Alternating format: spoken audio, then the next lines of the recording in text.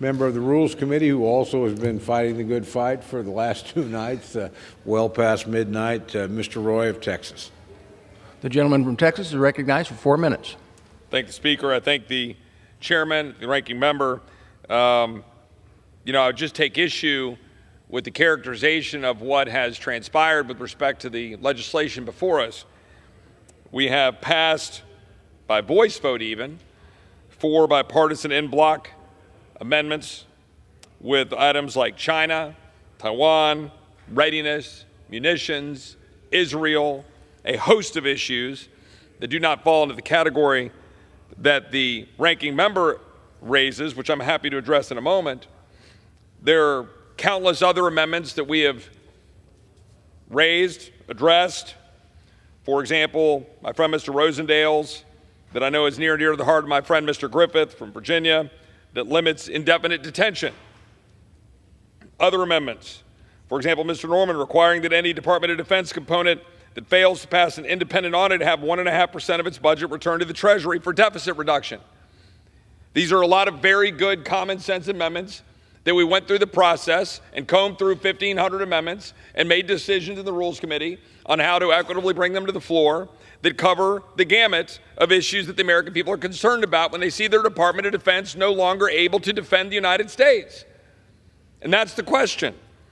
And I hear the ranking member talking about how we're injecting culture wars into the National Defense Authorization Act, or injecting culture wars into the military, when in fact it is this administration that has turned the Department of Defense into a social engineering experiment wrapped in a uniform.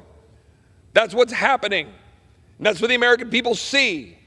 When the American people see advertisements in June with rainbow bullets strapped to helmets, when they see surgeries for transgender being funded by taxpayers at the Department of Defense, when they see the Department of Defense ignoring existing law, existing precedent, existing traditionally historic bipartisan agreements on Hyde Amendment protections, they see the Department of Defense being turned into a social engineering experiment. So of course the People's House is responding to an executive branch that is making policy by executive fiat, not just, of course, in this area, but across the entirety of the federal government. So yes, we are offering amendments to address these things. The Air Force Academy slide deck instructing cadets to use language like, quote, parents and caregivers instead of moms and dads. Well, that's a really great use of time for the Air Force Academy. Don't refer to the phrase mom and dad. Boy, that'll do it. The United States Special Operations Command's Diversity and Inclusion Strategic Plan claims that diversity and inclusion and operational imperatives. The Marines tweeted a Pride Month image, as I pointed out, with rainbow-tipped bullets. This stuff is happening every day. And when I go talk to military recruits and I talk to the recruiters, they're struggling. They're not even able to make their recruiting goals. They're well under their numbers. Why?